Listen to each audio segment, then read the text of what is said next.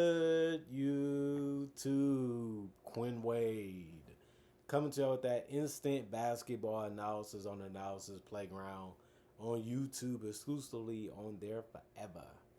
We're gonna talk about them Spurs. Got it done. 134-119 versus the Indiana Pacers. The Pacers go to 15-56 and 5-31 on the road. The Spurs go to 53-18 and 28-7 at home. They was at home in this game. And the Spurs played the last game this season against the Pacers, as the Pacers won't be a playoff or a play-in team. And the Spurs is going to the playoffs, and you won't see them go against each other until next season.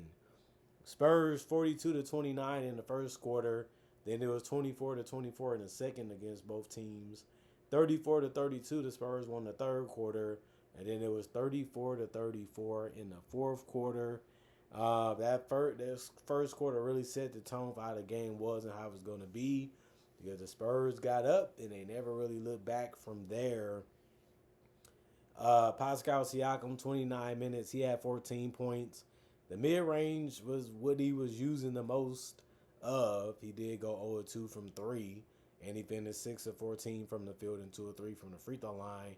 Let me get as close as I can to that basket and then try to knock down the shots after I get the separation. Good idea. It's been working all season. 2 rebounds, 5 assists. He had to get rid of that ball up sometimes.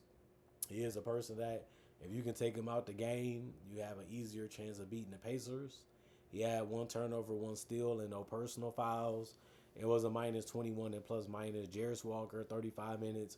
He kept getting wide open shots. He went 8 of 10 from the field, missed a couple of shots from 3, where he went 5 of 7 from 3. Other than that, he made every other shot. He did get 4 rebounds, 4 assists, 1 turnover, and a steal. He had no personal fouls and was a minus 10 and plus minus. The game was a lot closer because he was having a good night. No, Azbika Zubac, it would have been good to see him and Pascal play that middle, but he wasn't available in this game. Andrew Nembhard was doing the same. He was driving or pulling up, and he was able to create some separation in many different type of ways. And he was able to drop in them jump shots. He went 8 of 13 from the field, 2 of 4 from 3, and 7 of 9 from the free throw line. His handles really allow him to get good looks, and it also allows him to beat you off the dribble so he can get to the paint. And that helped him get to the free throw line or just being able to get contact, because you're taking a gamble after he has the separation or he gets the first step. He did have 7 assists. He's always looking to pass. He's always looking to get it done, in between when he's trying to score or just trying to get the passes away from him early. And he also had 1 turnover and a steal, 2 personal fouls, and was a minus 16 and plus minus. Aaron Neesmith, 25 minutes, 5 points, 2 of 7 from the field, 1 of 3 from the three-point line. A lot of shots was missed by him. Even if they was wide open, he also got blocked, so that didn't help either. He had 2 rebounds, no turnovers, and he also had 5 personal fouls. The Spurs do have a good wing rotation, so they all got handles and they all can attack you, so it's hard to stay in front of them. And he was a minus 22 and plus minus. Quinn Jackson didn't give him much. 16 minutes, he did get 6 points. He did go 2 of 5 from the field, 1 of 2 from 3, and 1 of 1 from the free throw line. He also had 4 rebounds, 2 assists, 1 turnover, 1 offensive rebound, no personal fouls, and was a plus 1 and plus minus. Obi Toppin gave them the most points off the bench. He also took the most shots. He went 5 of 10 from the field. All of his misses was wide open threes. He finished 0 of 5 from 3. Then made all the shots in the paint and made them and 1.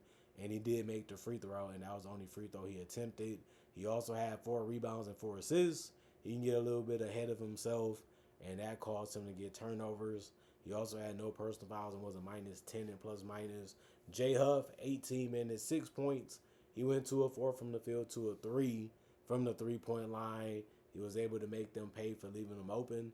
As long as he was making shots and protecting the rim and rebounding, you happy? He did get 2 rebounds. He did get a block. He kept the ball moving and found a way to get 4 assists. He also had 1 turnover, 3 personal fouls, and he ended up being a minus 3 and plus minus. Micah Potter, He played 20 minutes. He had 9 points. He went 3 of 5 from the field, 1 of 2 from three, and 2 of 2 from the free throw line. He ended up having 2 rebounds, 2 assists, no turnovers, or still in the block. He also had no personal fouls and was a +3 and plus minus.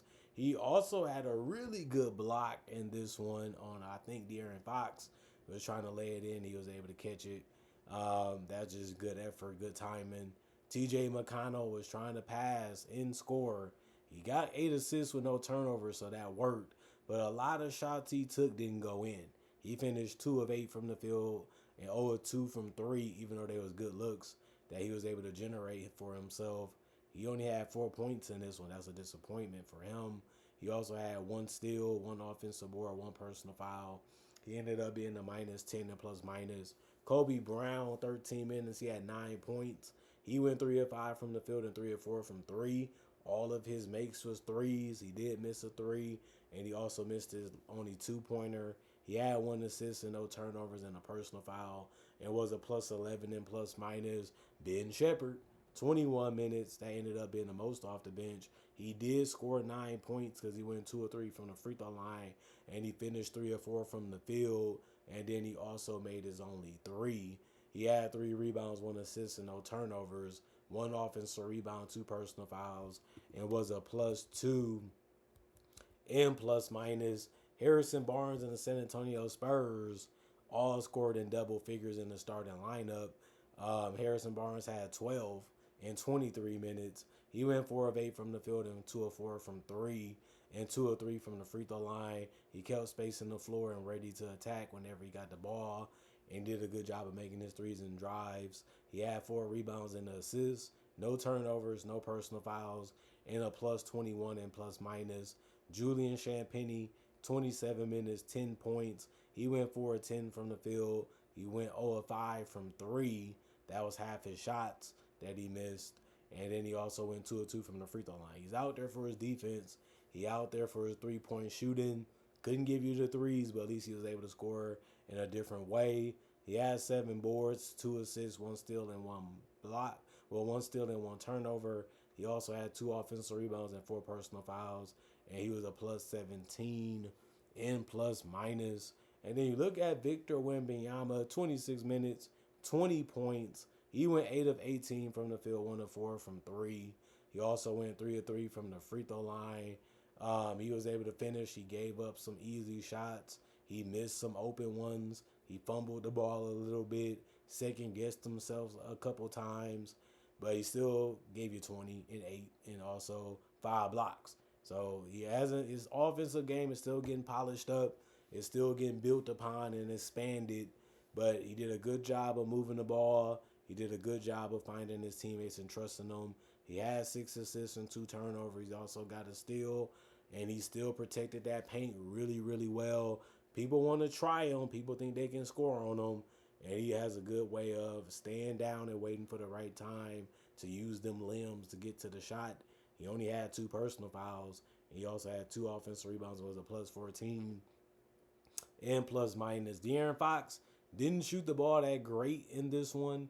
He had 14 points. He went 6 of 16 from the field and 2 of 5 from 3. He also had 3 rebounds and 7 assists. The 7 assists ended up being the most on the team. He had 3 turnovers in the steal, 1 offensive rebound, 1 personal foul, +9 and plus minus. He wanted to pass a lot. He wanted to attack the paint. Sometimes it worked, more times it didn't in this one. But he has had better nights than this, and this is still considered an okay game for everything else he did when he put it all together. Dylan Harper attacked the basket real well. Good handle, good explosiveness, good finishing ability, whether it was with a layup or a dunk. Of course, he's going to take some in-between shots, too, because they're going to give you space and try to wall you off. 24 points. He went 9 of 13 from the field, 1 of 4 from 3, 5 of 5 from the free throw line, 4 rebounds, 3 assists, no turnover, 1 offensive board, 4 personal fouls, and a +21 and plus minus. Kelly Olynyk, 4 minutes. He missed his only 3. No turnovers, no personal fouls, and a -9 and plus minus. Lindy Water, the third, 17 minutes. 6 points. He's out there for his shooting. He went 2 or 3 from the field, and it'll work for him if you don't have a shot. Keep the ball moving. He had 2 assists and a rebound and no turnovers and a personal foul. He finished as a -3 and plus minus. Kel Dunn, Johnson, was able to hit some spaced out threes. He finished 2 or 3 from the 3-point line and 2 or 2 from the free throw line. He did a good job of attacking the paint and being able to hit the shots close to the rim. He finished 10 to 12 from the field for 24 points. That was tied with Dylan Harper for game high. He did give you 4 rebounds and 4 assists with no turnovers. That's a good game too. And then he had two personal fouls, 1 offensive rebound, and was a +11. And plus minus, Carter Bryant, 21 minutes. He had 5 points. He went 2 or 4 from the field, 1 or 2 from 3. Hit the open shot, play off of your teammates. He was able to do that while also getting 9 boards. That was the most off the bench, and that was really helpful. He had 1 assist and 2 turnovers and a personal foul. He was a -3. And plus minus, Bismack Biyombo, 4 minutes. He ended up scoring near the basket and got 4 points. He had 1 rebound and a turnover, 1 offensive board, which was his only one. He had 2 personal fouls and was a -9. And plus minus, I like the block that Luke Cornett ended up getting. He got a nice lob pass from Victor that ended up in a dunk. He was able to attack off the dribble and get to the basket and make a layup. Look at Luke Cornett, 9 points. He went 4 or 6 from the field and 1 or 2 from the free throw line. He did have 8 rebounds. He also kept the ball flowing real well by getting 4 assists. He had no turnovers in the block. He had 5 offensive rebounds. He had 2 personal fouls. He was a +2 and plus minus. Jordan McLaughlin, 18 minutes, 6 points. He went 2 or 4 from the field, 2 or 3 from the 3-point line. He had 3 assists, 1 turnover, and 2 steals. The 2 steals was the most off the bench and the most on the team tonight. And then he also had no personal fouls and was a +4 and plus minus. The Spurs shot 12 more shots than the Pacers. They also shot 55%, but they allowed the Pacers to shoot 52%. Spurs shot 38% from 3 on 34 attempts. The Pacers took 1 more attempt, which was 35, and they also shot 46% from the 3-point line. Spurs shot 17 free throws, and they shot 88%, while the Pacers shot 79%, and they shot 2 more, which was 19 free throw attempts. But then this is how the game got a little ugly. The Spurs, 49 rebounds, the Pacers 26. You would never believe that a professional team would get 26 rebounds. But it happened tonight. That was the biggest reason why they lost this game. 33 assists for the Spurs, 38 for the Pacers. 10 turnovers for the Spurs, 9 for the Pacers. Both teams had 5 steals. The Spurs had 6 blocks and 2 personal fouls. 13 offensive rebounds for the Spurs, 4 for the Pacers.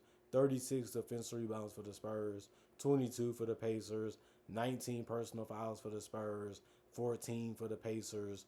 And then you look at it and you say the Spurs handled their business. They got it done. And they knew that this was going to be a good game. They brought their A game. They stayed locked in. They executed the right way on both ends of the court. They made things tough. They made things difficult.